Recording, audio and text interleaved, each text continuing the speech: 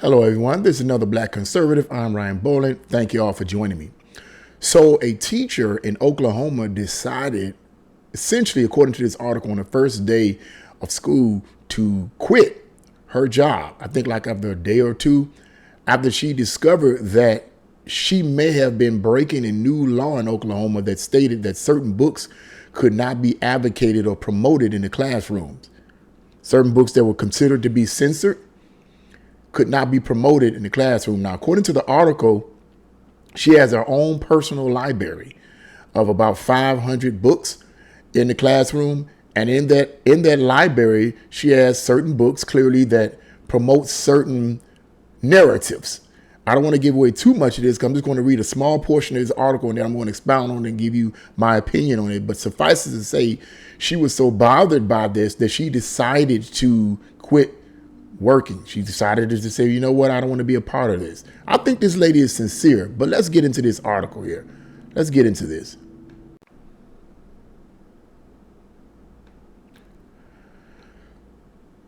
So the article says Summer Boismere got through only one day of the school year before a parent complained and administrators descended on her school classroom to investigate. Days later, she quit in protest of a new Oklahoma law that restricts teaching about race and gender. So you see where that's going right there.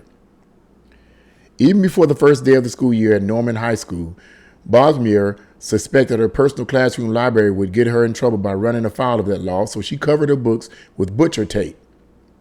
But she added a touch of defiance, scrawling a message in permanent marker across the paper. Books the state doesn't want you to read, it said. Boston 34 included a QR code that her sophomore English students could scan with their phones, taking them to an application for a Brooklyn Public Library card. The site said that even if they lived out of state, teenagers could still access materials as part of the library book's Unbanned project, a response to an increasing coordinated and effective effort to remove books tackling a wide range of topics from library shelves.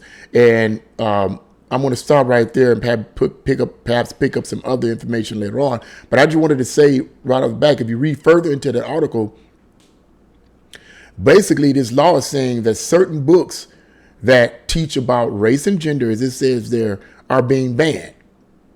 Now, I'm pretty sure if you read further in the article, I'm pretty sure that what it is talking about is books that essentially are geared towards what is oftentimes known as critical race theory.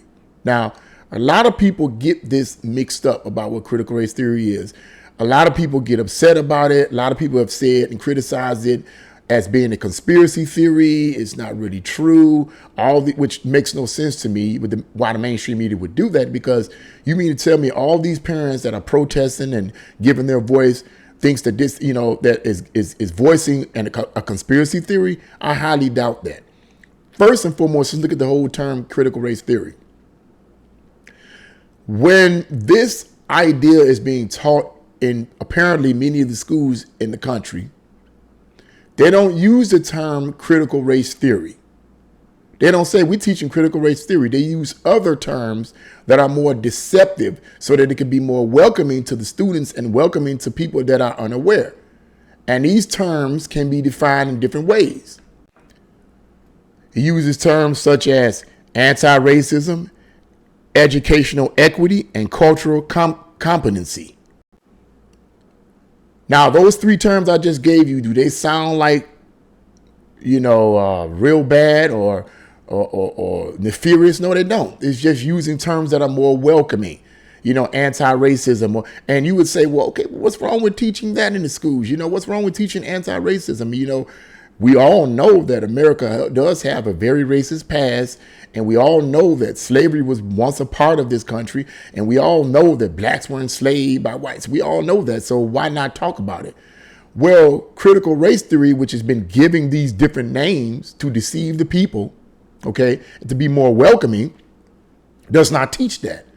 According to researchers, critical race theory is basically designed to paint white people as inherently racist. Critical race theory says that white people are inherently racist, no matter what they try to do to say otherwise.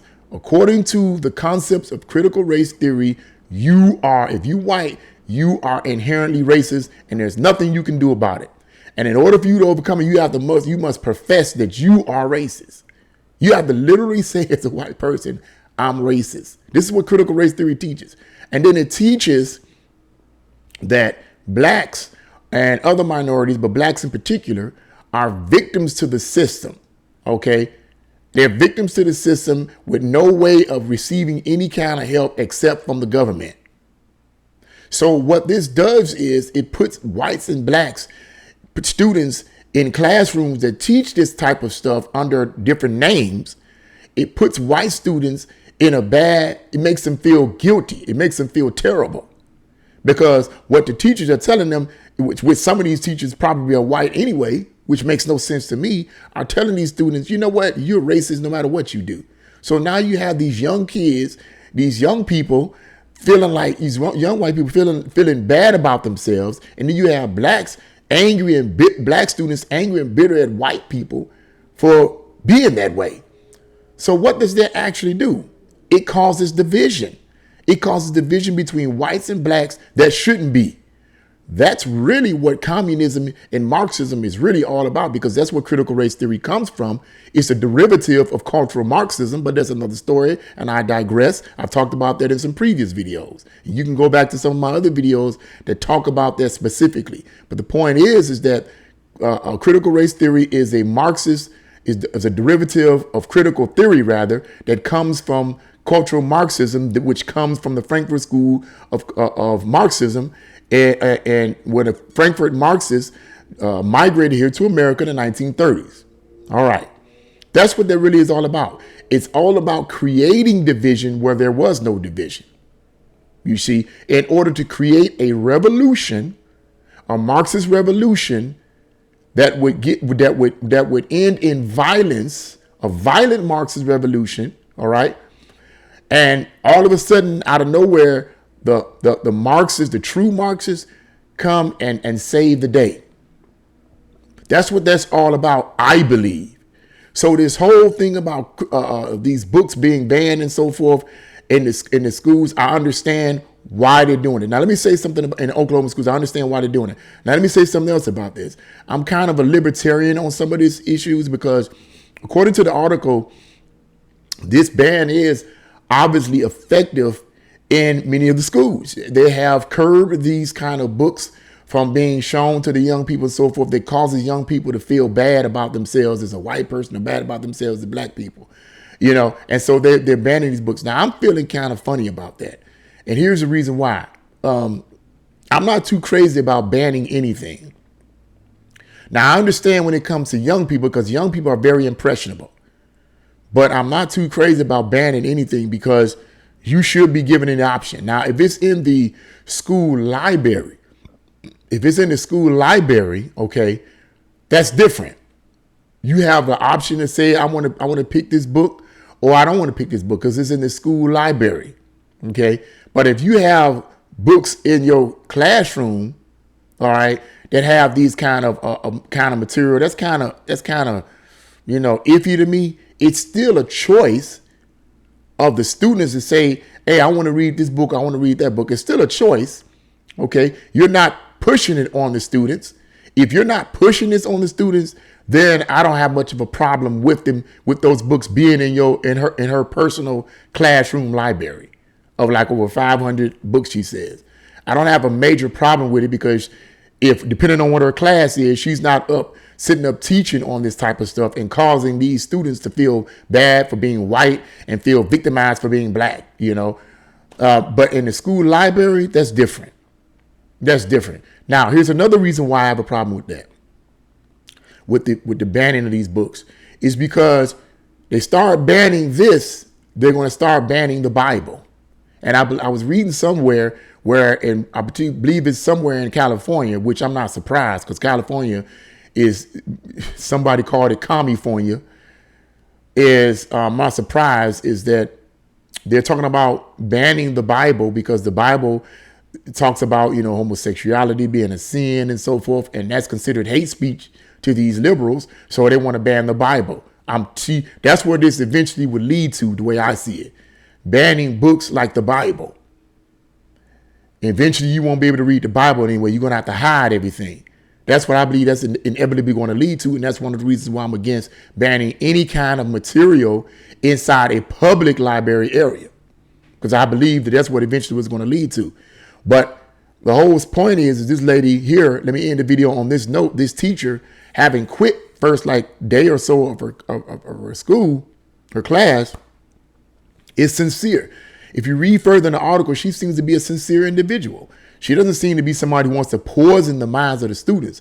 But in my opinion, I believe that she has been deceived by Marxist insurgents who have brainwashed her into believing that critical race theory, or whatever name they're giving it in the schools, okay, is good. And the students need to know this. Yes, the students need to know about the history of America, that America did enslave people from Africa. Yes, they need to know that. But these young people do not need to be told that white people in America is inherently racist and that blacks are helplessly victims. That is a lie from the pits of hell. And you can't get me to believe otherwise. They don't need to know about that. They don't need to, that's a lie. They don't need to know about it because it's a lie. It's designed to divide us. That's what it's designed to do, to divide us, separate us, keep us apart. That's what Marxism is all about. That's what Karl Marx was all about, the originator and founder of communism. He believed that societies should be overthrown by violent means. That's what he believed. And so he purposely would do things to, in his, not only his Communist Manifestos he wrote with his friend Engel, but also in Das Kapital and other writings and articles that he wrote, he said the same thing about this. It's bloody revolution. Overthrow the societies through bloody revolution. He was a violent man. So what do you think about Marxism and communism? It's going to eventually end in a violent revolution, which is what these insurgents want. So I just wanted to say that. I wanted to end on that note. What do you guys think? Leave your comments in the comment section below. Like, share, and subscribe to my channel. God bless you all, and see you again.